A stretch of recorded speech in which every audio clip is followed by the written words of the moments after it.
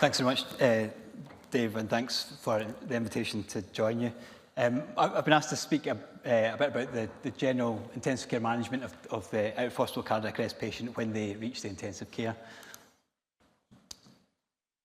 I wanted to start with really just with a picture that would set the scene, provide a bit of context, and I was wary of the issues around copyright and issues around confidentiality, so I turned to ChatGPT to produce a picture, and I asked ChatGPT to create a realistic scene of a cardiac arrest happening in somebody's house, which was being attended by the ambulance service wearing UK ambulance service uniforms. Now, the details aren't especially important, but I didn't think I could walk by this picture without some level of comment. Now, there's a lot to unpack here, but I thought that if there was one part to focus on, now I wasn't sure whether this was some kind of telepathy or whether he'd woken up with the mother of all hangovers. But something has fed into ChatGPT which has created this image, and I'm not sure what it is. But if you know this person, or if you are this person, then you've inspired a ChatGPT scene. But it's not about the details of the picture, it's about the context of the conversation. And this is a patient that we will all be familiar with in our various roles. This is the kind of patient that our services frequently come together to try and rescue from what is the most deadly pathology that any of us come across in our day-to-day work. This is the patient that collapses in front of their family on a Tuesday morning. The call handlers talk their family through CPR and what has just become the worst day of their life. The community first responder does CPR with their legs wrapped around a U-bend because they're in such a tight space.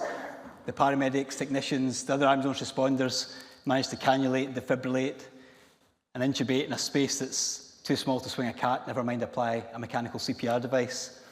And then carry them down 3 flights of stairs, take them into hospital where the emergency medicine team are waiting to stabilise them despite lack of time or information to prepare. And then taken to the cath lab where the cardiologist somehow managed to get a wire into arteries that have been constricted by multiple doses of adrenaline. And then they come to us in intensive care. Now, I spoke to a few people who don't work in intensive care to ask their view on what intensive care is. And there seems to be a general vibe that intensive care is this sort of sterile place where there's lots of machines that make a noise, beeps, whirs, generally calm.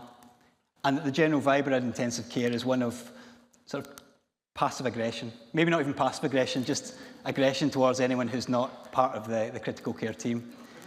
Now, to be fair, this picture is taken from the Royal Infirmary in Edinburgh. It's actually from a cupboard. It was to stop the surgeons from stealing our scrubs. But I thought it sort of gave the general vibe that I think some people feel of critical care. So what I'd like to do over the next 15 minutes is to give you a bit of a feel for what we do in critical care with these patients, and to try and break down some of the perceived barriers between us and the rest of the healthcare world. Let's just start by acknowledging the fact that most of the heavy lifting around cardiac arrest happens long before patients get to us, and that's the literal heavy lifting, because many of you work in far more austere environments than I do, and the metaphorical heavy lifting, because this paper from Charles Deakin and colleagues a few years ago highlighted where the real benefits in the chain of survival seem to lie, but the major benefits seem to lie, and I sit quite far down this side in one of the smaller circles. But we do have some role to play. Really what critical care provides is time. We don't have any interventions that fix problems. We provide time for people to recover, or time for other specialties to provide the intervention that is required to get the patient better. And in the context of cardiac arrest, that's time to investigate and treat the problem, time for the patient to recover, and in many cases, time to determine the likely outcome for that person, because it's not always clear early on. So in terms of investigation and treatment, I believe there's been some conversation around this already today, so I won't dwell on it, but all the patients who come through will get an ECG, as you'd expect, looking primarily for myocardial ischemia. Many will get a CT scan of their head, of their pulmonary arteries, looking for other pathologies that less commonly cause cardiac arrest, and all will get an echo at some point early on in their stay, in part to guide the hemodynamic management, but also to provide, to look for any pathologies, structural heart pathologies that might have caused the cardiac arrest. So there's a bit of investigation goes on in the early stages. But the bulk of the time is spent trying to stabilise the patient to give them the time to recover. And as you may expect, patients who come to us after cardiac arrest tend to be unstable. We don't see the patients who have 1 or 2 defibrillations and then wake up afterwards. They tend to go to coronary care afterwards. We see the patients that have more protracted cardiac arrests and therefore have more significant insult to all their body systems, really. The part of the body that causes us the most problem in the first 24 hours or so tends to be the heart and the wider circulation. And there's a number of reasons for that. Firstly, cardiac arrests are often caused by cardiac problems, and therefore the underlying problem may still be ongoing. The second issue is that the heart doesn't get normal blood flow to the coronary arteries during CPR, so there's a degree of ischemia to the myocardium that takes time to recover from. There's also the effect of defibrillation. It's good for cardioverting arrhythmias, but not good for the myocardium.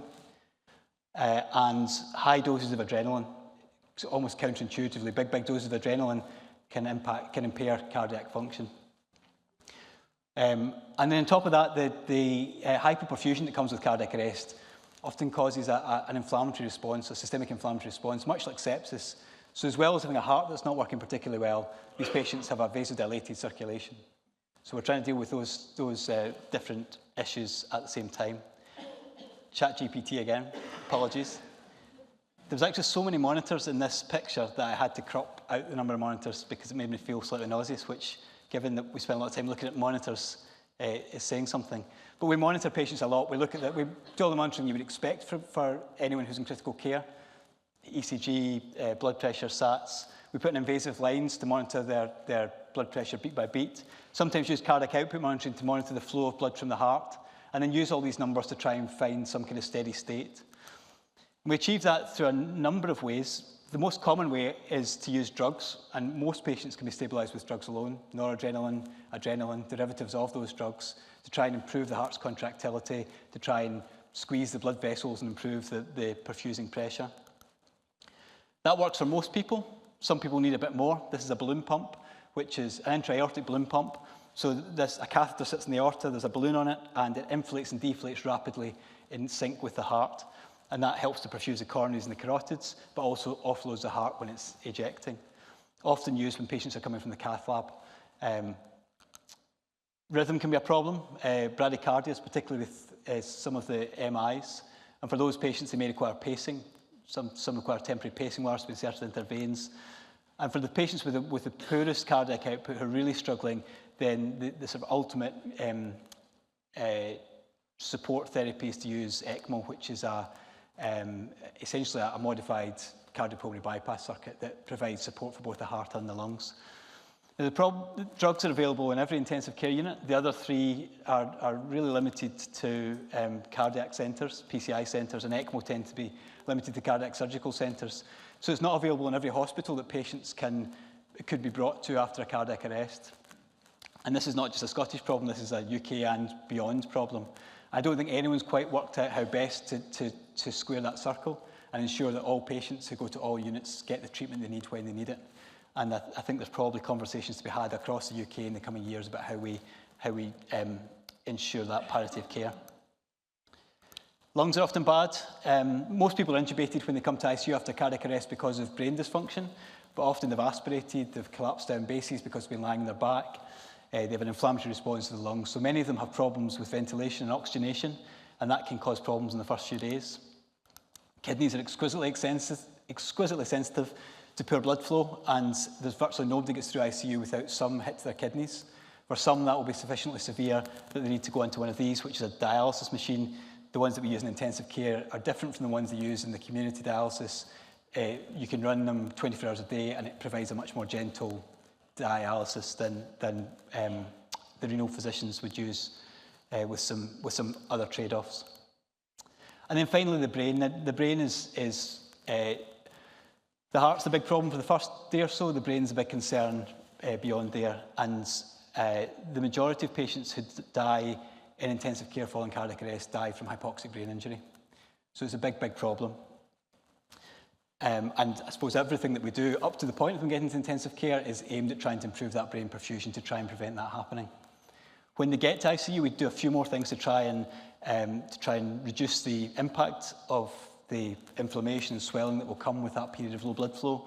We sedate the patients. We try and provide normal blood pressure, normal gas exchange, and a normal to low temperature. I say normal to low because it's a bit of a dynamic, it's changed a bit over recent years, what we do with temperature. I didn't want to show many slides with numbers and things on it, but these trials really changed intensive care when they came out, particularly intensive care management of cardiac arrest, and they probably don't project particularly well, but I will explain. So about 22 years ago, the New England Journal published 2 papers in the same edition, one from Australia, one from Europe, where they looked at cooling patients following cardiac arrest, cooling them to 32 to 34 degrees. And they found in these 2 small studies that if you cool patients down, they were more likely to survive with good brain function. And this really changed practice across the world, and everybody started doing this. And those of you who worked in intensive care over this time will remember cooling people down to 32 degrees. It felt like you were doing something good for them. It felt like it was proper intensive care, but it was difficult. They shivered. You had to paralyse them with neuromuscular blockers. They became bradycardic. They got infections. They became coagulopathic. But it was the way that it seemed to be the way to optimise brain recovery. And the problem with those studies were they were small small number of centres, small numbers of patients, and the control group, there was patients who were hot, not just normothermic. So the Scandinavians repeated it and looked at a slightly higher temperatures, at lower than normal, but not 33 degrees as the control group, 36 degrees. They found there was no real difference between the groups. And then they looked at it again in this TTM2 study, and they found that even up to 37.5 degrees, there didn't seem to be any difference with that hypothermia. So practice has really shifted, and now I think most of us would work on the basis that we wouldn't want patients to be hot, but that we're not cooling them down to that level where it was causing problems. So temperature management is still a big part of what we do, but we don't push it quite as hard as we once did.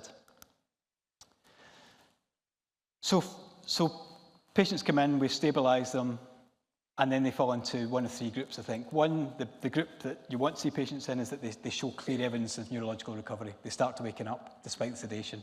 And those patients, after a period of time, we'd switch the sedation off, wake them up, take the tube out, and hopefully they can then go on and continue their journey through cardiology and so forth.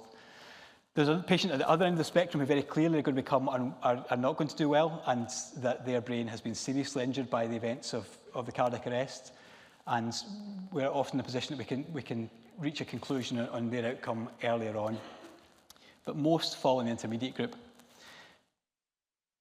And for those patients, we go through a process of neuroprognostication. Now, this is difficult. There's a number of things that we can do, but every patient's different. Every patient's wishes are different. What people would accept as an outcome from their cardiac arrest and ICU stay is different. So we try and start early on talking to families and trying to understand patients and what their beliefs and their wishes would be. And then we do a number of things to try and determine with as high a degree of certainty as possible what that patient's long-term outlook looks like. Now, in an ideal world, we would know that from the outset because it's torture for families to sit not knowing what's going to happen to their loved ones. And we want to know as early as possible. It would be good to know early so that we didn't subject people to burdensome treatments when it was ultimately going to be futile. A couple of scores have been developed that look at things that are available when the patient comes in the door of the emergency department, but they're not accurate enough to predict on an individual basis what's going to happen to that patient. There's some suggestion in some systems, not in Scotland, but in some systems, that you could use this to factor into decision-making around things like taking patients for PCI or advanced cardiac support. But I think that's quite difficult. Certainly not something that a score by itself could do, and I think it can only safely be done as part of a wider assessment of the situation and a multi-professional conversation. But these scores are out there, and they have been validated in certain populations. But for that question as to what's going to happen to this individual patient, we go through a process which has been outlined by the European Resuscitation Council, European Society of Intensive Care Medicine, and we follow this algorithm which looks very dry and has got lots of acronyms and numbers. But essentially what it means is that 72 hours, if the patient's still comatose, we examine them. We look at their pupils, we look at their corneal reflexes, we look at their motor score and their GCS. If they've got no reflexes in their pupils or corneal reflex, that's a bad sign, but not bad enough in itself to say for certain that patient won't do well.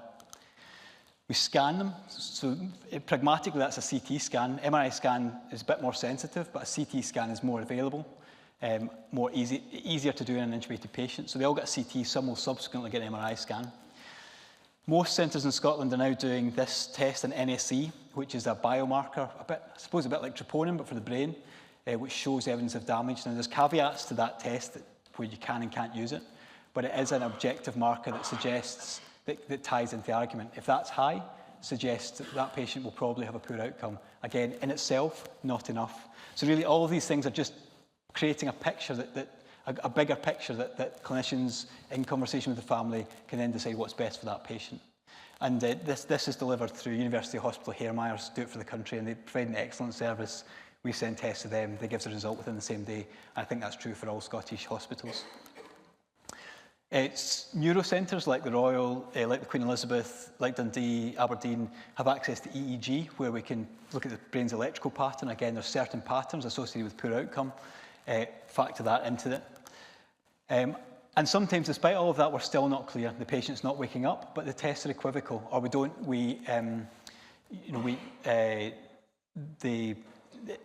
there's just not enough certainty to say that this patient isn't going to have a good outcome. And so sometimes we just need more time. Patients need more time. We need to repeat tests, have conversations with families, and eventually reach a conclusion. The hope would be that patient would continue to improve and recover, but that's not always the case. And then for those patients who, ChatGPT again, for those patients who do recover, they go out to the wards, they go to the coronary care unit, they get their angiograms, they get defibs, and we don't see them again. And we were just having a conversation there before, about what happens to patients next. And I think it'll be interesting to hear the next presentation about that recovery phase for patients, because for those who survive, we consider them the lucky ones, but there's clearly a big burden, a psychological and physical burden that falls on both the patients and those who are close to them. And that's all I've got to say about intensive care management of cardiac arrest, but happy to take questions if there's time.